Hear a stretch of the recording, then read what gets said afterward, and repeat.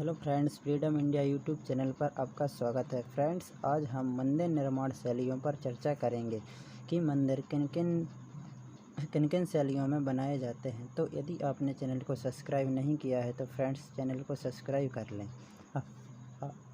आइए अब हम मंदिर निर्माण शैलियों पर चर्चा करते हैं। तो हमारे देश में जो मंदिर निर्माण शैलियों का जो क्रम मंदिर निर्माण शैलियों का जो विकास देखा जाता है वह गुप्त काल से देखा जाता है। उसी समय से विभिन्न प्रकार की शैलियों में मंदिर बनाए जाते रहे हैं। तो जो ज्ञात मंदिर हैं उनके आधार पर 3 प्रकार की मंदिर निर्माण शैलियाँ हैं और इनका वितरण कुछ इस प्रकार है। यहाँ पर हम देख रहे हैं कि 3 जो प्रमुख मंदिर निर्माण शैलियाँ हैं वह है नागर शैली, बेसर शैली और है द्राविड़ शैली। तो जो नागर शैली का जो विस्तार है वह उत्तर भारत में जो अधिकांश जो मंदिर देखे जाते हैं वह नागर शैली के मंदिर हैं, और यहाँ दक्षिण भारत में जो मंदिर हैं वह द्राविड़ शैली के मंदिर हैं, और ये मध्य क्षेत्र और दक्षिण के कुछ ऊपरी भाग में जो मंदिर देखे जाते हैं वो बेसर शैली के मंदिर हैं। तो इस प्रकार से 3 प्रमुख मंदिर निर्माण शैलियाँ हैं, नागर शैली, बेसर शैली और द्राविड़ शैली। आइए अब हम नागर शैली पर चर्चा करते हैं।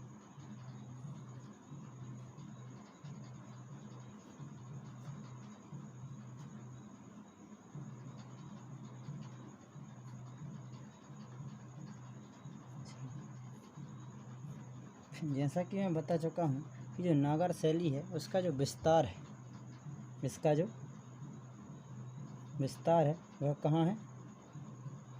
उत्तर भारत। इसका जो विस्तार है वह उत्तर भारत है, उत्तर भारत में है। उत्तर भारत के जो अधिकांश मंदिर हैं वह इस शैली में बनाए जाते हैं। अब हम इसके मंदिरों की बात करें तो इसके जो मंदिर हैं वो कुछ इस आकार के बनाए जाते हैं।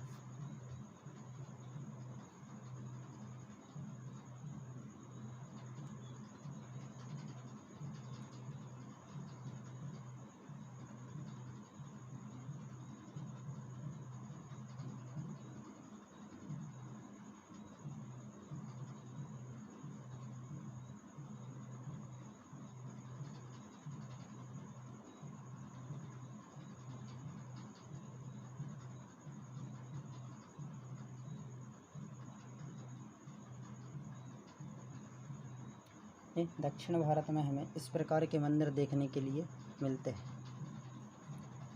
तो यहाँ पर यह जो मंदिर का बेस होता है इसे जगती कहा जाता है। इसे जिस भूमि पर ये मंदिर कुछ ऊंचाई वाले स्थान पर बनाया जाता है उसे जगती कहा जाता है। एवं जगती के ऊपर का जो ये भाग रहता है इसे पीठ कहा जाता है। जगती के ऊपर का जो भाग है इसे पीठ कहा जाता है, तथा यह जो क्षेत्र है यहाँ बीच का इसे गर्भगृह कहा जाता है। गर्भगृह, इसे गर्भगृह कहा जाता है तथा इसे मंडप कहा जाता है। इसे मंडप कहा जाता है। और ये जो ढाल है इसे शिखर कहते हैं। इसे हम शिखर कहते हैं, और इसे कहते हैं आमलक। इसे कहते हैं आमलक, तथा ये ऊपर जो है इसे कहते हैं कलश। इसे क्या कहते हैं? कलश। तो इस प्रकार से हमने इसके प्रमुख भागों को देखा। इसे जगती कहते हैं, इसका जो ऊपरी भाग होता है इसे पीठ, और यह मंडप होता है, गर्भगृह होता है, शिखर होता है, एक कलश और एक आमलक होता है। तो जगती होता है, जगती पर हम मंदिर को बनाया जाता है। इस पर जगती पर मंदिर को बनाया जाता है। और एक पीठ भी, यह भी मंदिर का आधार होता है। जो मंडप होता है, मंडप के अंदर भक्तजन बैठते हैं। और जो गर्भगृह होता है इसमें मुख्य देवता की मूर्ति होती है। गर्भगृह में मुख्य देवता की मूर्ति स्थापित की जाती है। और ये जो ढाल होता है शंक्वाकार, इसे शिखर कहा जाता है। तथा यह जो बीच में गोलीनुमा भाग होता है इसे आमलक कहते हैं, और यह सबसे ऊपरी भाग को कलश कहा जाता है। तो इस प्रकार से इन मंदिरों के प्रमुख भाग हैं। इस प्रकार से हमने इनको जाना। इन मंदिरों की एक और विशेषता है पंचायतन शैली।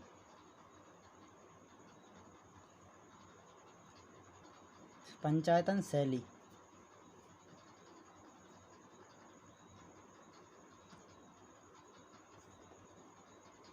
पंचायतन शैली नागर शैली के मंदिरों की प्रमुख विशेषता है। जो पंचायतन शैली है, इसमें मंदिर के चारों कोनों पर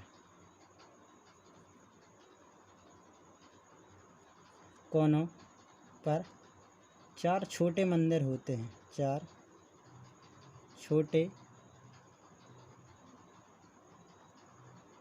मंदिर होते हैं। इस प्रकार से इस मंदिर के चारों ओर, यहाँ पर हम देखें तो इस प्रकार से इस मंदिर के चारों ओर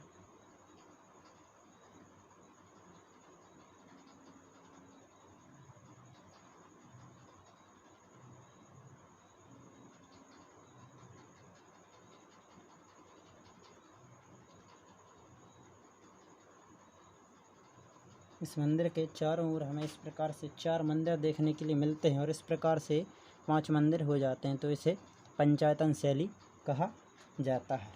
इस प्रकार से हमने नागर शैली के जो मंदिर हैं उनकी कुछ विशेषताओं को जाना। इनकी जो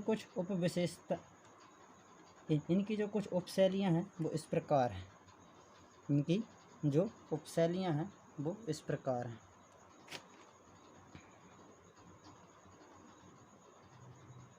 उपशैलियाँ, इनकी 3 प्रमुख उपशैलियाँ हैं। एक है खजुराहो,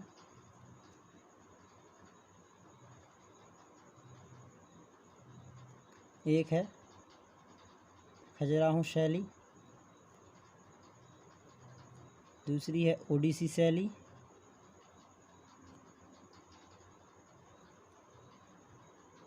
और तीसरी है सोलंकी शैली। इस प्रकार से इनकी 3 उपशैलियाँ हैं। आइए अब हम कुछ उदाहरण देखते हैं। नागर शैली के मंदिर। नागर शैली के प्रमुख मंदिर।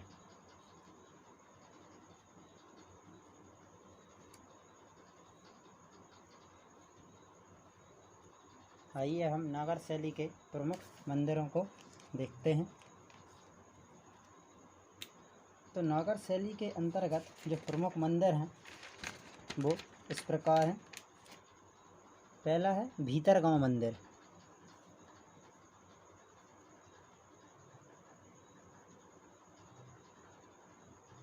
भीतरगांव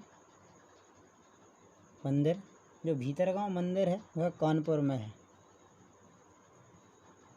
भीतरगांव मंदिर कानपुर में है। दूसरा है 10 अवतार मंदिर।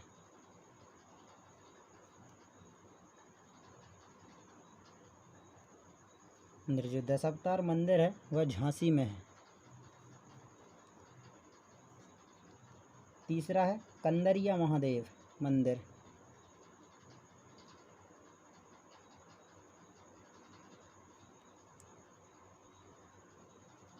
कंदरिया महादेव मंदिर एक खजुराहो में।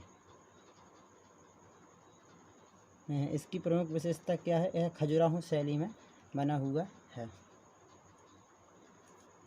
इसका जो चौथा उदाहरण है वह है जगन्नाथ मंदिर। जगन्नाथ मंदिर, जो जगन्नाथ का मंदिर है वह कहाँ है? पुरी उड़ीसा में। पुरी उड़ीसा में, यह पुरी उड़ीसा में है। और 5वां जो मंदिर है वह है लिंगराज मंदिर।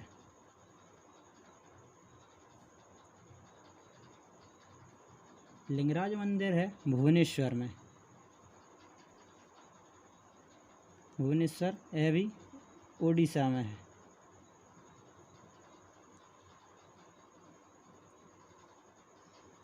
इसके अलावा जो छठा प्रमुख मंदिर है वह है सूर्य मंदिर।